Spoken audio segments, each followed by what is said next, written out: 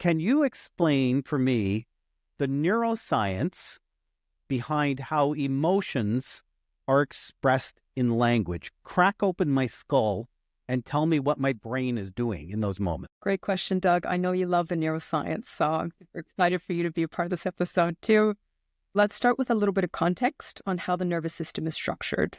So when we look at both the brain and the body, it is a continuous communication feedback loop with no start and no finish. And emotions are one of the few pillars that show up in terms of how human beings express, how they understand themselves, and how they understand the world. So when we look at how we interpret emotions, we also have to take into account how the nervous system takes in information and interprets it. So let's start with that. First, your brain has 3 different layers, simplifying for our listeners today. On the top, we've got our thinking brain. That's where thoughts come up. Those also are associated to our language centers, how we might speak or write. Then in the middle, we've got our emotional brain. This is where our memories are, but also our fear centers. Very, very important in terms of how we think and behave and speak to the outside world. And then below that, we've got our reflex brain. This is all based on survival. It's also very somatic, which means sensations in the body and also how our external environment causes our body to respond to things. That's going to trigger off different emotions. It's then going to trigger off different thoughts. It's then going to trigger off different behaviors. And in turn, coming back to your question, the words that we choose to share with other people that we might write down, and also our thoughts and perceptions about things. So your question, Doug, was how are emotions expressed in language? First, it's going to depend on the state of the nervous system. There are 2 states that show up dependent on whether or not we feel safe or we feel connected to a tribe. The first state that might show up is a state of threat. That's going to cause our emotions to be on the very sharp edges, and we might experience things like frustration, anger, fear, overwhelm, panic. So in a state like that, when we have those really intense emotions, that then causes our thoughts to have that same sharp quality. When our thoughts have that same sharp quality, the words that might come out are also going to have that quality. An example of this, Doug, might be there's someone that you really care about and you happen to have a little bit of a tension point with the best interest in heart, or you have your best interest. You may have your best interest at heart, as do they. And at the same time, if that threat state is online, we may notice that our words take a much sharper quality. We might say things that we don't intend to say. We might say them a lot quicker than we might normally say. So we start to see the interaction that when our nervous system is in a state of threat, that's that first state, our emotions start to get heightened and a lot sharper. That causes our thoughts to follow that same path. And then what we say and how we communicate and behave is going to follow that domino effect. Now, in the second state there, Doug, when we're feeling a lot safer and our emotional brain, that mid part, is not as sharp, we tend to have a lot more space. Our nervous system is a little bit slower, still so incredibly fast, but by comparison, it's a lot slower. And as a result, our thinking brain has time to consider what we might say. We may pause before we speak. We may check in with ourselves or ask a question of curiosity before we make a statement. It may be that we're able to regulate those emotions and the words that are attached to it, frustration in the moment, but we may be able to bring in perspective and start to see through someone else's eyes. So when we look at how emotion shows up in that state, in language, we have less amplification of emotion, less speed and sharpness in language, and therefore when we speak to the outside world, it tends to be more considered, less abrasive, and we tend to be a little bit clearer in how we communicate as well. Okay, a key piece to this discussion is the Polyvagal theory. What does it mean for how we understand and participate in human communication? Polyvagal theory is founded by Stephen Porges, and then the application of it, which is the model that I became very involved in about 10 years ago, is from Deb Dana. Polyvagal theory allows us to separate the nervous system into 3 major activation states. So when we say activation, Doug, what we mean is how much adrenaline is in the system. Is it high? Is it low? Or is it steady? And when we look at these 3 layers of activation, we can also start to categorize emotions, not just as a whole, but emotions in 5 different kinds of responses, and we put them under those umbrellas. So what do I mean by this? In polyvagal theory, if we've got very high adrenaline, i.e. high activation, we'll start to see, like I spoke about before, survival reflexes show up. And there are 5 survival reflexes. You may have heard of 1 or 2. They are fight, flight, freeze, collapse, and attach. Most people do not know the final 2, and they are so important in being able to understand how survival reflexes interact with each other, and also the cycles, the ups and downs, the ebbs and flows that might show up in emotion, in thought, in speaking and behaviors. In my case, that's working with companies with very high volumes of clients, and knowing those interactions as clients go up and down is very, very important to be able to track. So Polyvagal is not a therapeutic model, but instead a framework to help us understand and categorize what might be going on in someone's nervous system. Just for the listener, what this means is whether it's a recorded conversation or an email exchange, using the polyvagal theory, you can look at the words that were used and place a fairly accurate estimate on their state of mind. Yep. Do you want me to say that? No, I want to confirm that with you. Sorry. That's what this is saying. 100%, Doug. That's spot on. So it is a general model to be able to understand where someone's nervous system is leaning. And then underneath that, we're able to categorize the thoughts, emotions, and behaviors where we can start to zoom in. And as a result, look at different interventions, different communication rhythms, specific to the survival reflex that they might be in at that moment. So AI can recognize when I'm struggling emotionally, possibly before I even recognize it myself. Doug, that's going to depend on your skill level. I know we know each other a little bit. It Right. seems to be you've got some pretty high skills. It also depends on the level of interaction that you have with your clients who are engaging with this process, inclusive of your coaching process or if you're a contractor, however you're supporting them with it. So there are some dependencies that are there to take a look at how the client is interacting over a period of time, looking at the first interaction that you have with them, whether or not that's a phone call, if it's online, if it's written. We want a base level of information to be able to cross-compare.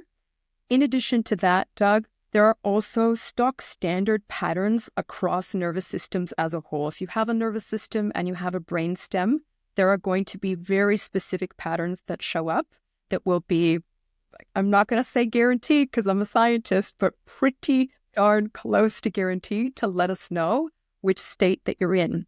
So if a client or someone else, they didn't have the level of skill that I might have with many years of practice, or yourself, Doug, or someone who's quite reputable and able to practice these models, it could be likely, say it might be pretty high, the likelihood that we'd be able to pick it up before they'd be able to notice it, perhaps. The second would be before they're able to intervene for themselves, to regulate for themselves. They might not have the skill level to be able to do that. Or number 3, they might not be able to put language to it. So when we look at picking up different states in the nervous system, Doug, first you have to know where to look and you have to know what to do with what you find. The next is, in order to regulate it, you have to be able to notice a name and then bring in resources to support it. And then the third is being able to do that in conjunction with a coach or a contractor or someone that you're collaborating with. So your direct question is, can AI predict before someone is able to pick it up? With the sophistication of layers and skill that's required for people to go through that process, notice it, name it, regulate it, and then interact and learn, it's pretty high likelihood that we'll be able to pick it up and intervene before they are able to, yes. Okay, so AI has a high likelihood of detecting it, maybe detecting that someone is frustrated or angry or happy, I suppose. Yeah. Could AI then develop the automated response that guides them more toward where I want them to go? Yes, that's exactly the process that we went through. That's the R&D that's behind this. And it's important to name, Doug, that in the decision to step into this kind of work, the team that I worked with and myself, ensuring that it is all above board, entirely ethical. In fact, we work with the top engineer in Australia for the responsible and ethical application of AI, because we know that there are some big risks having these tools and these practices. So with this, I put that as a caveat, because it always makes you a little bit nervous with the power of these tools. But in that, when we are able to detect what state a client's nervous system might be in, with the level of ethics that are here and the responsible application, the algorithms and the process that we built on the back end, of which was informed by polyvagal theory and internal family systems, allows coaches or allows whoever the employees are to be able to modify their communication to the client, to be able to settle things like frustration, but also understand the source from which it came. Or if a client's not feeling as engaged and feeling demoralized or defeated, it can modify communication to be able to encourage and re-engage and support without the normal triggers that might occur in human-to-human interaction. An example of that, Doug, is often when someone is frustrated at you, your mirror neurons, your nervous system will have a frustrated response back. That's a defensive response. It's very natural, it's very normal. But what happens in coach-to-client interactions where there is a difference in authority, our job in the authority position is to ensure that we're creating the safest environment possible and the most supportive environment possible to allow a client to engage. Which means if a client is feeling very frustrated, the ability to understand where that's coming from, not take it personally, not become defensive ourselves, that's where this application becomes incredibly powerful. That's the R&D piece. So in that, it allows coaches or anyone in the online environment engaging with this software and with these algorithms to respond to the client as if they are number one in the room, while supporting their own system to not become defensive. That, as a result, gives the client a better outcome. You have better coach-to-client relationships. Whoever the coach is, whatever their domain expertise is, they don't have to be a neuropsychologist to be able to pull this off. So if it's in nutrition, if it's in business, if it's in sales, if it's in creative arts, they get to focus in on the product and the practice that they are best at. And this software and these algorithms wrap around that product, so they don't have to go to university for as long as myself. They don't have to do all this work, but instead they have the best possible response, unique to the client in that moment at that time, to keep engagement high. The client gets the best outcome, feels less threatened by authority. The coach feels way more regulated. And as a result, you get a beautiful coach-to-client relationship. Clients have better outcomes. Companies have better outcomes overall. It's profound. We're not all the same. The algorithm recognizes pattern and produces pattern-like response. But what if I'm someone whose values are different from someone else? Someone, I won't even pick geographic. Let me make up a scenario where one person is hardcore conservative. They've never voted liberal in their life. And another person, hardcore liberal. They've never voted conservative. Can the algorithm still recognize the linguistic patterns, and would the AI response still have equal effect? That seems impossible to me. It might seem impossible. However, when we look at the source from which the algorithms are built, they are built on patterns of the brainstem. And the brainstem is a lower level of consciousness, a part of the brain that does not understand politics. The primitive part of the brain, yeah. Primitive part of the brain. It does not have sophistication to be able to understand values, principles, politics, or any of the things that might convolute any of these discussions. So in actual fact, we don't really need to know what someone's political preferences are or any of those things, because the brainstem is the thing that drives how sharp those communications are. Someone can have a political opinion about something and their brainstem will be driving how intense that communication is. So I'm not fussed at all what someone's opinion is. I am definitely interested on how much their brainstem is leading the show. If we're able to regulate and support someone's brainstem and nervous system, it's a very high likelihood that they'll be able to communicate and get their point across in a way that is respectful, curious, collaborative, engaging.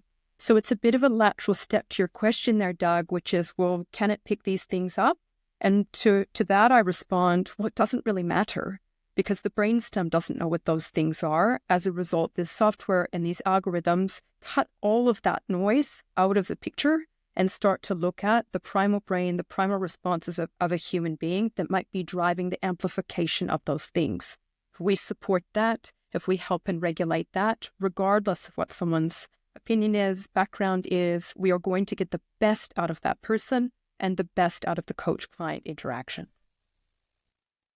Where do you see this in the next 5 to 10 years? And obviously, I have to ask you to speak to the human risks that are connected to AI. And I know the ethical, I won't say dilemma, the heart and soul look you did into your own ethics before deciding, yes, this is the right way to go. Where is it in 5 years? And is it heading to an ethical place? First, I'll give an altruistic answer. And that is, if we had these models and frameworks interacting with all of the human beings behind AI, it is very likely, Doug, that we'd have more regulation across the board, less amplification, less primal responses, less greed, more collaboration, more cooperation, and we'd probably see a trajectory that tends to be a bit more ethical and a bit more supportive. That's my altruistic answer. It's the reason I do what I do.